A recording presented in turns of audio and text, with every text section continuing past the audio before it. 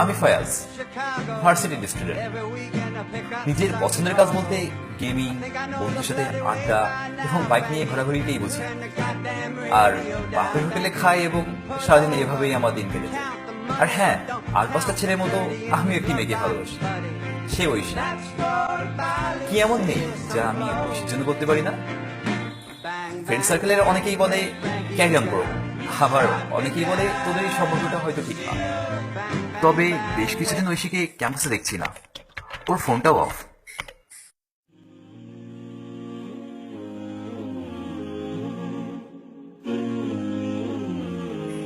ঐশীকে দেখলাম একটি অপরিচিত ছেলের সাথে। আমি জিজ্ঞেস করলাম উনি কে, বাট অ্যান্সার তো দূরে থাক, ঐশী আমাকে চিনতেই পারলো না। ও হয়তো আমার দেওয়ার আংটির কথাও ভুলে গেছে। আর আংটির কথা বলতেই ও বলল, তোমার আংটি, এই নাও। ও কি তাহলে ভুলে গেছে সবকিছু? ও আমাকে ছেড়ে এভাবে চলে গেল? একবার পেছনে ফিরেও দেখলো না? আমি কি তাহলে ব্যর্থ?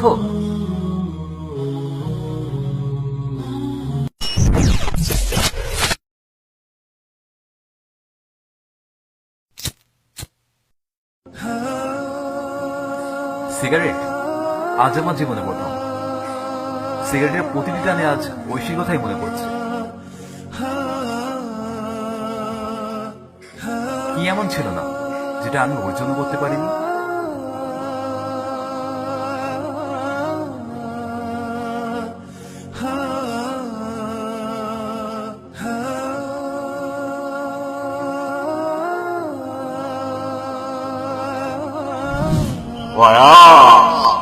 ফয়াজ, কি হলো? ঐশী চলে গেছে তোর জীবন থেকে? 5 বছরের রিলেশন, কত ভালোবাসা বুঝি ওকে, ওর তোকে ছেড়ে চলে গেল শেষ পর্যন্ত। এখন কিভাবে মুখ দেখাবি তোর বন্ধুদের সামনে? যা ফয়াজ, যা, তুই নিজেকে শেষ করে দেখিয়ে দে তুই ঐশীকে কতটা ভালোবাসিস।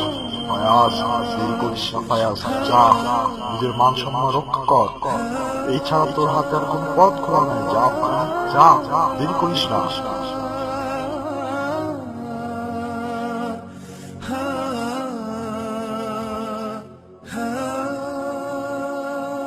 চিন্তা ভাবনা করছিস কেন ফয়াজ? তুই অত্যন্ত করে নিজেকে শেষ করে দে, লাভ দে এখান থেকে।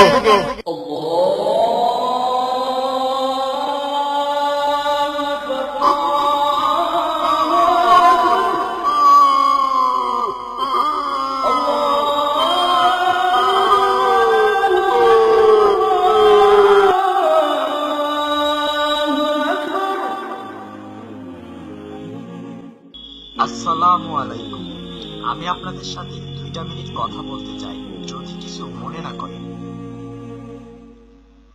আমাদের সৃষ্টিকর্তা মহান আল্লাহ তাআলা, তিনি আমাদেরকে উত্তম ভাবে সৃষ্টি করেছেন, কিন্তু কেন? অবশ্যই তার ইবাদতের জন্য। তাই আমাদের উচিত তার ইবাদত করা। সালাত হচ্ছে ইবাদতের সবচেয়ে বড় মাধ্যম।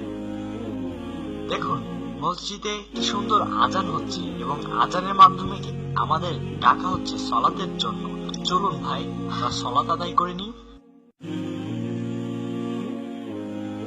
আল্লাহ তাআলা বলেন, নিশ্চয় সালাত মানুষকে অশ্লীল এবং অসৎ কাজ থেকে বিরত রাখে।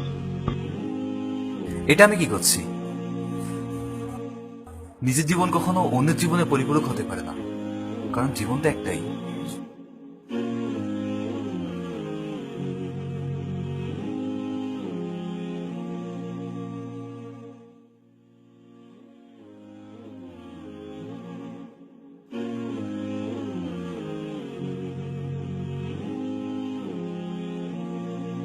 রাসূল সাল্লাল্লাহু আলাইহি সাল্লাম বলেছেন, কোন মুসলিম বান্দা ওযুর সময় যখন মুখমণ্ডল ধুয়ে ফেলে, তখন তার চোখ দ্বারা অর্জিত সকল গুনাহ পানির সাথে অথবা পানির শেষ বিন্দুর সাথে বের হয়ে যায়।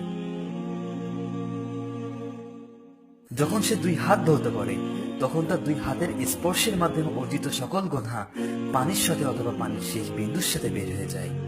অতঃপর যখন সে তার পা 2খানা ধৌত করে, তখন তার দু পা দিয়ে অর্জিত সকল গুনাহ পানির সাথে অথবা পানির সেই বিন্দুর সাথে বের হয়ে যায়। এভাবে সে যাবতীয় গুনাহ থেকে মুক্ত হয়ে যায়। রাসূল সাল্লাল্লাহু আলাইহি ওয়াসাল্লাম আরো বলেছেন, তোমাদের মধ্যেকার কেউ যদি উত্তম রূপে ওযু করার পর কালিমা তাইয়্যিবা পাঠ করে, তাহলে তার জন্য জান্নাতের 8টি দরজা খুলে দেওয়া হয়। সে ইচ্ছা করলে এর যে কোনো একটি দরজা দিয়ে জান্নাতে প্রবেশ করতে পারবে।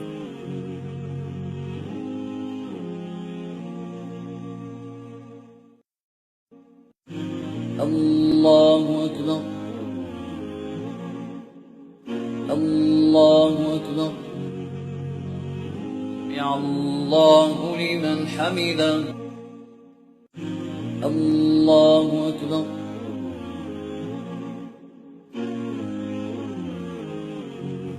السلام عليكم ورحمة الله السلام عليكم ورحمة الله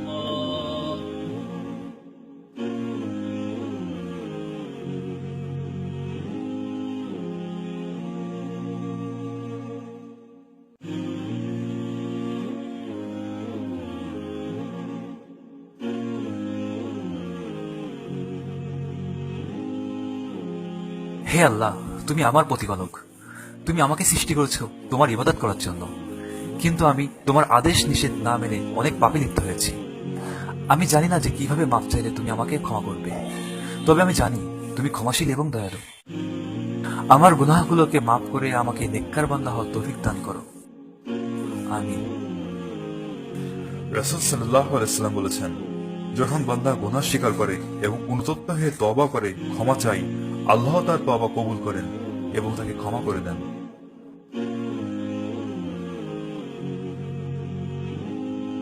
আমি তো নিজেকে সংশোধন করে নিয়েছি, আপনি পারবেন তো?